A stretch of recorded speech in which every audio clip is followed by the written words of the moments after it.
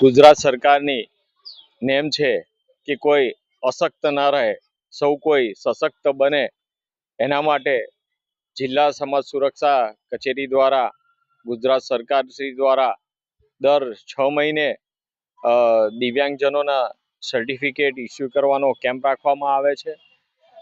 એના અંતર્ગત આજરોજ પાદરા ખાતે દિવ્યાંગજનોના સર્ટિફિકેટ આપવાનો કેમ્પ યોજવામાં આવ્યો છે, જેમાં લગભગ 50થી વધુ દિવ્યાંગજનો હાજર રહ્યા છે અને તેમની ચકાસણી કરીને તેમને દિવ્યાંગતાનું સર્ટિફિકેટ આપવામાં આવશે.